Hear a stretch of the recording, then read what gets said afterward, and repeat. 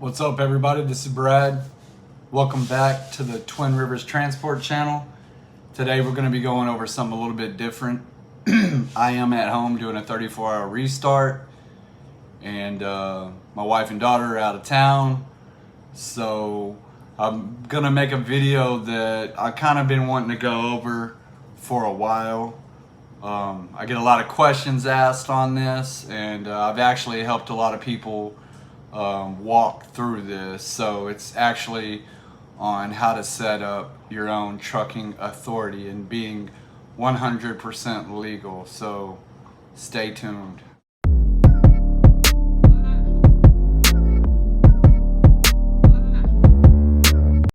So you want to have your own trucking authority. I don't blame you. I did too. And we are coming up on 1 year being in business. Actually, we're about to pay our last insurance payment, and then we'll be in for a year. So I don't blame you on wanting your own trucking authority. There are a couple of things you can do to get your numbers yourself and be 100% legal. I did it. We were going to pay a company to do it. I think they're going to charge us $1,200 to get us legal. And I actually contacted the FMSA and told them what I was trying to do. And they actually told me, like, there's so many people that do this. There's all of these third-party companies gouging people when, it's something they can do themselves. So, first things first, figure out what state you're out of and look up whatever company name you want. Now, we went with the LLC, so first thing I did was I went to LegalZoom, typed in Texas, and Twin Rivers Transport, LLC. The name was free.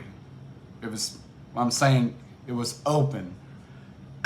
Nobody had that name in Texas. So, I went to irs.gov and I filed for a free EIN number. And for those of you who don't know what an EIN number is, it is a business's social security number. And I'm going to tell you why this is important. If you're going to grow this business, do it right. Set it up right the first time. Even if you don't have it, or it takes you a while, set it up right the first time. You don't want to go try to build a trucking company and have it listed under your social security number. It's just not, in my personal opinion, it's not safe and it's not smart for you. So look up the name. Twin Rivers Transport was open. I went to irs.gov, got a free EIN number for Twin Rivers Transport LLC. It had to say LLC. Whatever your company name is, it has to be. So that's what I did. I started looking around for our insurance quotes early, and I got hassled because I didn't have my DOT number yet, and I actually didn't even have a truck yet. What I did was I was looking online. I knew what I wanted. I was going to get a newer Dodge, copied the VIN number off of it, wrote it down, made a template, went and found a 40-foot CDL trailer, took the VIN number off it, bang.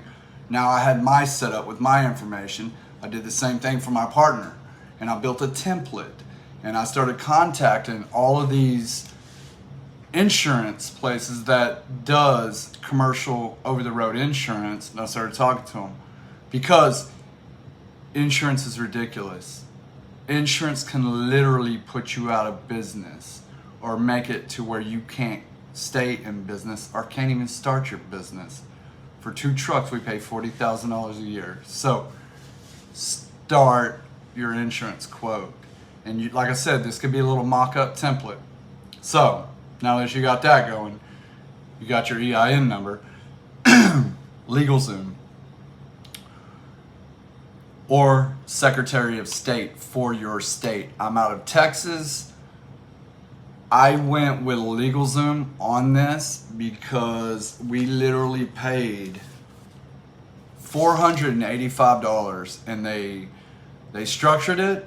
They put all of our members in it, which there's not a lot of members, and then they filed it with the Secretary of State, and they sent it to us. Now, I strongly believe people have their strong suits, people have their their weaknesses.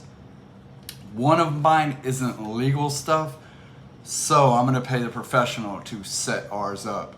Now, am I wrong? Is it hard? I don't know. I just knew that it needed to be set up correctly. I did not want to mess up, and $485 was fine with me. And what I did was I attached that EIN number to our company name on LegalZoom's website. Made it very easy. After that, so now you have your business, you have your insurance quotes rolling, you got your EIN number, your business social security number. I went and got a company bank account. And these are things you need to do for growing your business credit too, and to being established as an actual business. If you're trying to get lines of credit, if you're trying to get loans in the futures, these are some of the requirements. They want you to have EIN number. They want you to have a bank account. They want you to have, and this is stuff later, but they literally want you to have your business registered away from your house. They want you to have a website. They want you to have an office phone. Like, these are certain requirements that people look at as being an established business. So after you get your LLC, your sole proprietor, or your DBA, I would go get a bank account. And me personally, this is important because if you're going to set your business up, set it up right, funds into the company account, company pays you, or however you want to do it. That's how we do it. It works. I'm sure if you rather have the funds just go straight into your account, so be it. But we got a business bank account. Really, you could drop $100 in it. All they want to see is that you register with the Secretary of State, and that you have an EIN number. You're good. So after that, now you have your business actually registered with the state. You have a bank account. Now it's time to go to FMCSA and set up your operating authority. One of the first things they ask you is for your social security number or your EIN number. And I put my EIN number because we're trying to grow this, and I don't want a driver down the road, God forbid something happens, whatever, we get sued, they come for my assets. I thought it was real important to have that EIN on there and to separate me from Twin Rivers for a worst case scenario. So go to FMCSA. You can call them. I've talked to several of the ladies up there. They're sweethearts. They literally walked me through. They told me everything I needed to do. I said, hey, I got my business set up. I got insurance quotes coming. And they literally said, hey, here's what you need to do. What's your email? They emailed me everything that I needed to do. And literally was talking about all these third-party companies taking advantage of people instead of just doing a little bit of legwork. So go to FMCSA. Apply for operating authority. The cost for this is $300. It's really not hard. One of the things that I can tell you that was told to me from insurance, when they ask you what kind of commodities that you're going to be hauling, my advice to you is what the insurance told me. Just at first, just check general freight. Just check general freight. If you go to check all these boxes, cars, poles, farming equipment, this, that, your insurance is going to look your numbers up and see all of this, and you don't want any red flags. I check general freight. Now you can always go to FMCS website later and change it, and we did that when we started hauling cars. we check vehicles. So $300, go to FMCSA, file for your operating authority. When you do that and you pay the $300 and you finish the application, it takes 21 to like 28 days to get accepted. And this is a vetting process. This is them making sure that you didn't have another company, you got shut down, now you're trying to start up under a new name. So 21 to 28 days, which is really good if you're kind of doing this how we did it. That gave me 21 days to get our insurance in line, and I'm going to tell you why that is so good. So after that, they're going to email you your DOT number and your MC number. After that, you're going to want to file your BOC3. BOC3, if I'm not mistaken, I could not find our receipt. I think it was like $150. So that was one of the other things that you had to do with FMCSA to get legal. Once you file your BOC3, you're good. Now, your UCR, your Unified Carrier Registration, basically that just registers you with the other states. It was $60.62. So after you do this, you're literally good. Now, that's not it. That's not it. But this gets the clock started. Now you take all of your DOT numbers, your MC numbers, and you give them, actually it's your DOT, you get it to your insurance. And then you start getting your quotes. You got 21 days. 21 days to get all this ready. So, and it's good. Do not pay your insurance early. Say you already have something worked out. Do not pay your insurance because you're going to have 3 weeks of waiting, to get your operating letter of authority. So wait till about that 3rd week and then have your insurance file or send it to the FMCSA. And we literally had to pay $6,778 down to get our insurance. And I mean, we were getting quotes all over the place. Being a brand new operating authority, interstate commerce, traveling over state lines, it gets expensive.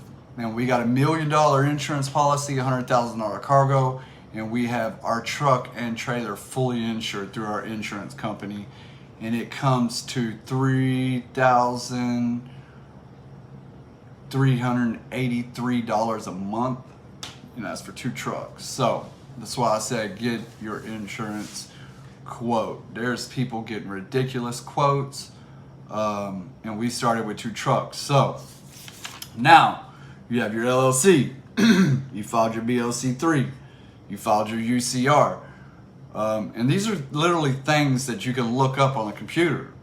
Tie your accounts, your numbers to them. It's not hard, man. It's really not hard. And your BOC3, it's a one-time filing. Your UCR, Unified Carrier Registration, that is annually, meaning once a year. So $60 wasn't too bad. Now, after we get filed with the FMCSA and all that, I am a CDL Hotshotter. We started our IFTA. I say start your IFTA ASAP because in the state of Texas, they were 8 weeks out. 8 weeks out. So what we did was we started it and did as much as we could and submitted it, and we could not finish it because I'm going to tell you why.